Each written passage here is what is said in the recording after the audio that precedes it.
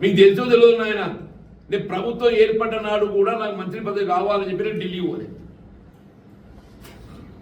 రాష్ట్రంలో కాంగ్రెస్ ప్రభుత్వం ఏర్పడ్డ నాడు కూడా ఎవరైనా మంత్రి పదవి కావాలని చెప్పంటే కాంగ్రెస్ పార్టీ అధిష్టానం ఢిల్లీలో ఉంటుంది కదా, నేను పోలే ఢిల్లీకి. పిసిసి అధ్యక్ష పదవి కొరకు కూడా నేను ఢిల్లీ పోలే. పిసిసి అధ్యక్ష పదవి నా పేరు ప్రకటింపబడి ఇదే పెట్టుబడిదారుల కుట్రతో ఎప్పుడైతే అది నిలిపివేయబడడం జరిగిందో, నేను మళ్ళీ ప్రయత్నంలో భాగంగా నాకు కావాలని చెప్పి ఢిల్లీ పోలే. అవకాశాలు ఏదైతుందో సమర్థతతో వస్తాయి అనుకోండి, అవకాశాలు సమర్థతతో వస్తాయని అనుకున్నా. కానీ కుట్రపూరితంగా ఏదైతుందో రేవంత్ రెడ్డి గారు లాంటి ఏదైతుందో ఇవాళ పదవుల కోసం కాదులన్న ఆయన ఆత్మగౌరవం లేకుండా చేసింది. ఇవాళ ఆత్మగౌరవం ఆత్మ అభిమానం కొరకు ఏదైతుందో నేను బయటకు వచ్చినా చెప్పండి. నాకు ఆత్మ గౌరవం ఆత్మ అభిమానం ప్రధానం అని చెప్పంటున్నా, పదవులు కాదు.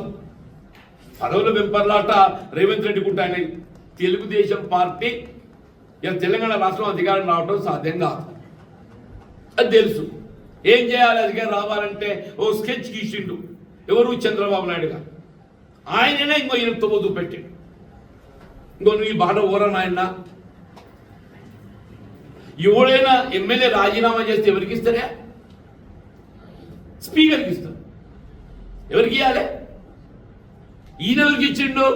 చంద్రబాబు నాయుడికి ఇచ్చి ఆయన మంచిగా దాన్ని భద్రంగా ఫ్రిడ్జ్లో తాళం వేసి పెట్టిండు. ఇవాళ టీడీపీ శాసనసభ్యుడిగా శాసనసభలో కొనసాగుతూ Congress party organisation working president. ఇగో ఇది చూడు, ఈయన శాసనసభ సభ్యత్వం ఆమోదింపబడలేదు, స్పీకర్ గారికి దాన్ని ప్రతిపాదించలేదు, రిఫర్ చేయలేదు. కాంగ్రెస్ పార్టీ అధిష్టానం ఏదైతుందో టీడీపీ సభ్యునికి ఏదైతుందో కాంగ్రెస్ పార్టీ కార్యనిర్వాహక అధ్యక్షుడు వర్కింగ్ ప్రెసిడెంట్ ఇచ్చింది. ఇదంతా చంద్రబాబు నాయుడు గారి ఒక స్కీమ్.